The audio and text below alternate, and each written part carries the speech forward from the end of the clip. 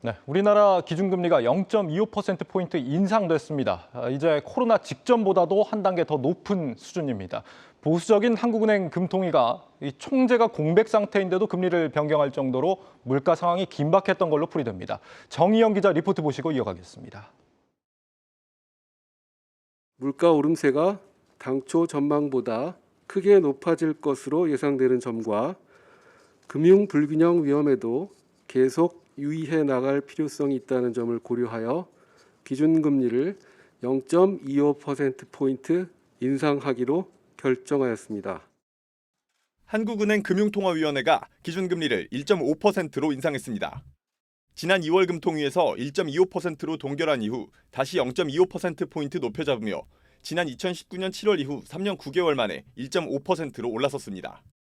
금통위 역사상 처음으로 한국은행 총재가 공석인 채로 열렸지만 가파른 물가 상승률을 안정시키기 위해 만장일치로 금리 인상을 결정한 겁니다.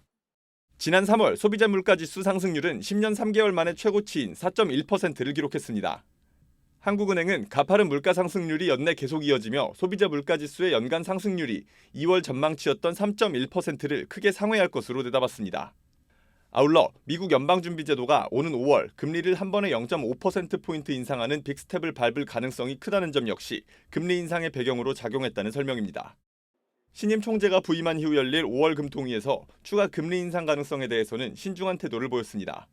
물가로 보면은 좀 더 높여야 되지 않나 그런 생각도 하실 수 있는데 동시에 이제 경기의 하방 위험도 커졌기 때문에 생각이 다양해질 수밖에 없다고 생각합니다. 한국은행은 올해 경제 성장률이 지난 2월 전망치였던 3%를 다소 하회할 것으로 예상한 만큼 향후 경기 둔화 위험 등을 종합적으로 고려해 기준금리 인상 속도를 조절할 방침입니다. 한국경제TV 정희영입니다. 네, 경제부 전민정 기자 나와 있습니다. 정 기자, 이 총재도 공백 상태고 지금 새 정부도 아직 출범을 하지 않은 상태에서 이렇게 금리를 바꿨다는 게 한국은행으로서는 굉장히 좀 이례적인 일인 것 같습니다. 네, 어떻게 보면은 그만큼 좀 상황이 좀 절박했다 이렇게도 보여지는데 네. 이 다음 달 미 연준이 빅스텝을 앞두고 있다라는 게 아무래도 좀 작용한 거겠죠? 네, 맞습니다. 저 하늘도 금리 인상으로 연준과 보폭을 맞춰야 하는데요. 왜냐하면 우리가 선제적으로 금리를 올리지 않을 경우에 올해 안에 미국의 기준금리 수준이 한국의 기준금리보다 높아지는 이른바 금리 역전이 일어날 수 있어서입니다. 미 연준이 5월과 6월 기준금리를 각각 0.5%포인트씩 인상할 경우에요. 미국의 기준금리는 연 1.25에서 1.5%가 되는데요. 이후 몇 차례만 0.25%포인트 또는 0.5%포인트씩 높여도 수개월 외에 미국의 기준금리가 더 높아져서 역전될 가능성이 커지겠죠.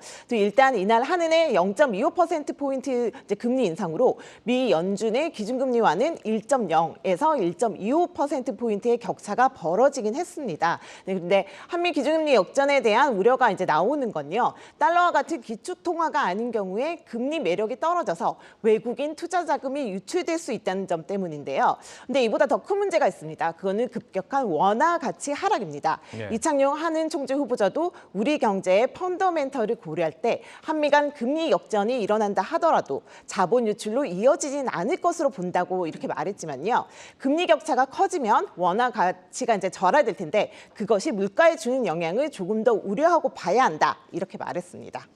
그러니까 지금 여기서 네. 뭐 금리 격차가 커져서 외국인들이 투자 자금이 네. 빠져나간다는 게 어떻게 보면 우리 주식시장에서 자금이 빠져나간다는 맞습니다. 거기 때문에 네네. 우려가 되는 거고 지금 미국이 연내 금리를 한 번도 안 쉬고 올리겠다 이런 얘기도 네. 나오고 심지어 뭐 빠르면은 0.5%포인트씩도 뭐 서슴지 않고 올리겠다 이렇게 얘기하고 있는 상황에서 우리도 앞으로 이제 추가 금리 인상이 계속될 것이다 이렇게 보는 게 맞겠죠 아무래도? 네, 전문가들 시장은 연말까지 2차례 이상 더 올릴 것이다 이런 관측을 내놓고 있는데요. 예. 거세 물가 상승 압력과 미국의 이제 예상보다 빠른 기준금리 인상에 대응하기 위해서는요.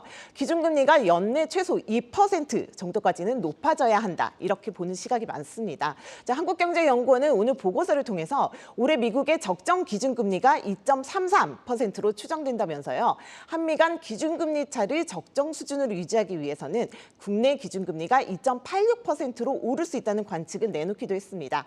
글로벌 투자은행 JP모간도 한국은행이 올해 3분기 그리고 올해 4분기 또 내년 1분기 기준금리를 0.25%포인트씩 올려서 내년 1분기 기준금리가 2.25%가 될 것으로 전망했고요. 이제 관련해서 전문가들의 인터뷰도 이제 함께 들어보시겠습니다. 한 2% 정도까지는 올릴 거다라는 기대가 있었던 것 같고 물가 상황이랑 경기 상황 자체가 유동적이니까 물가는 생각보다 빨리 올라가고 뭐 경기는 그렇게 많이 둔화가 폭이 크지 않다 그러면 빨라질 수 있겠죠. 네, 지금 미국이 올리겠다고 하는 그 네. 국립금리 수준이 한 2.5% 정도까지 되고 있기 때문에 우리가 앞으로 뭐 두세 번 정도 올린다고 네. 되겠습니까? 이게 앞으로 뭐 더 많이 올라갈 그럴 네, 가능성도 그런 지금 관측도 있습니다. 남겨두고 네, 있습니다. 네, 네. 문제는 이제 경기거든요. 당장 이렇게 되면은 이제 우리 기업들도 그렇고 가게도 그렇고 대출 받아야 되는데 네. 이 허리띠 졸라매야 되는 그런 상황 아니겠습니까? 네, 대출 금리 천정부지로 오르고 있는데요. 네, 대출 금리가 오르면 이제 이자 부담 이게 좀 문제입니다. 예. 우선 가계 이자 부담을 좀 살펴보면요. 이제 한은이 분석한 자료를 보면 그 예금은행의 가계 대출 전체 잔액 중에서 이제 76%가 변동금리 대출인데요. 그리고 이 뭐 변동금리 대출인 점 그리고 은행의 금융기관의 변동금리 비중도 같다고 가정했을 때 대출금리가 딱 기준금리 인상폭인 0.25%포인트만 올라도 대출자의 이자 부담은 3조 원 넘게 늘어나게 됩니다.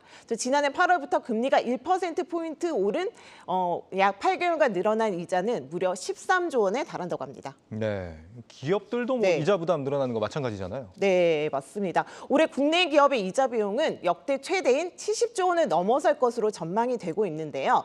한국경제연구원이 한국은행 기업 경영 분석 자료를 기반으로 분석한 결과를 보면요.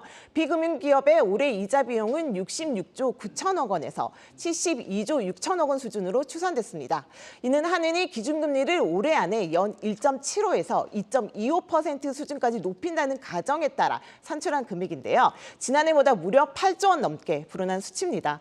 특히 최근 미 연준의 긴축 움직임과 그러니까 추경 여파까지 겹쳐가지고요. 국고채 금리가 급등하면서 기업이 발행하는 회사채 금리까지 치솟았는데요. 이로 인해서 기업이 부담해야 할 이자 비용은 이보다 더 늘어날 것이라는 관측이 나오고 있습니다. 그 1.5%라는 게 전통적으로 그렇게 높은 수준의 금리는 아닙니다만 네. 지금까지 이제 풀린 그 부채 수준을 봤을 때는 또 그렇게 무시할 수준이 아니다 이런 얘기입니다. 네. 그동안 이제 매출은 잘 안 나도 그러니까 금리가 좀 낮아가지고 근근히 버텼던 이런 기업들은 도산할 수 있다 이런 얘기 아닙니까? 네, 그리고 한계 기업이 늘어난다는 얘기인데 예. 3년째 이어지는 코로나 때문에 이제 경기는 어려워졌고 그리고 최근에 원자재 값하고 물류비 상승까지 더해지면서 그야말로 기업들은 죽을 맛인데요. 이자 비용까지 늘어나면 당장 영업이익이 줄어드는 것은 물론 이제 투자와 고용이 더 위축될 수 있다는 우려가 나옵니다. 근데 이렇게 되면 영업이익으로 이자 비용도 못 내는 아까 말씀드린 한계 기업은 그야말로 벼랑 끝에 내몰릴 수가 있고요. 근데 앞으로도 이어질 이제 문제는 기준금리 인상으로 회사채 금리가 더 오를 수 있다는 점인데요. 회사채 발행 기업들의 국고채 금리보다 더 높은 금리를 요구할 경우에 채권 시장에서 기업들이 자금을 조달하기는 더 어려워질 것으로 보입니다. 자금 압박이 심해질수록 기업들은 고금리 대출에 의존할 수밖에 없어 한계 기업으로 전락할 수도 있고요. 특히 중소기업 같은 경우에는 기준금리가 1%포인트 상승하면 영업이익 대비 이자 비용이 8.48%포인트나 증가할 만큼 금리 인상이 취약한 만큼 정부의 추가 대책도 이제 필요한 상황입니다. 관련해서 전문가 인터뷰 들어보시겠습니다. 기준금리 인상에 따라 시중금리가 크게 오를 가능성이 있습니다. 중소기업의 자금 조달 어려움을 완화할 수 있도록 다양한 정책 방안을 모색할 필요가 있습니다. 이 한국은행이 오늘 금리를 올리면서 성장률 3%까지 못 간다라고 선언을 했기 때문에 네. 어떻게 보면 기업 부실화보다 지금 이제 물가를 더 무게를 두고 있다라는 걸 알 수 있는 대목인 것 네네네. 같습니다. 앞으로 좀 투자를 할 때 참고할 수 있는 그런 포인트들이 있을까요? 네, 아까 기업 부채 이제 이자 부담 비용 이런 거 말씀드렸는데 예. 전문가들이 이럴 때일수록 이제 기업이 부채 부담이 낮은 기업에 투자하는 것이 유리하다고 이제 조언을 합니다. 한국투자증권이 이제 최근 내놓은 보고서를 보면요. 여기선 일단 코스피 상장사 중에서 부채 비율이 200% 이상이거나 이자 보상 배율이 1.5배를 밑도는 기업은 투자 대상 리스트에서 지우라고 조언을 했습니다. 부채 비율은 기업 자산 중에서 부채의 비중을 의미하고 이자 보상 배율이란 이제 한 해 영업이익으로 감당할 수 있는 이자 비용을 의미하는데요. 이자 보상 배율이 낮을수록 이자 비용을 감당하기 어렵다는 것이기 때문에 빚이 적고 이자 보상 배율이 높은 탄탄한 기업을 골라야 한다는 겁니다. 이 증권사는 시가총액이 5천억 원 이상으로 어느 정도 규모가 있으면서요. 부채 비율이 낮고 이자 보상 배율은 높은 기업, 또 올해 영업이익이 늘어날 것으로 예상되는 기업을 이제 추렸는데요. 지금 나오는 표에서 보시다시피 롯데정밀화학, 고려아연, 대덕전자, 한일시멘트, 삼양식품이 순위에 들었습니다. 요즘처럼 이제 비용 증가 압박이 큰 상황에서는 수익률 안정에 기여할 수 있는 종목을 고르는 지혜를 발휘해야겠습니다. 네, 오늘 분석 제목과 해시태그 한번 정리해 볼까요? 네, 유튜브 제목은 기준금리 3% 간다, 우량 기업에 투자해라. 그리고 해시태그는 기준금리 질주, 기업은 죽을 맛, 빚부담 적은 기업 찾아라. 이렇게 하겠습니다. 네, 경제부 전민정 기자였습니다.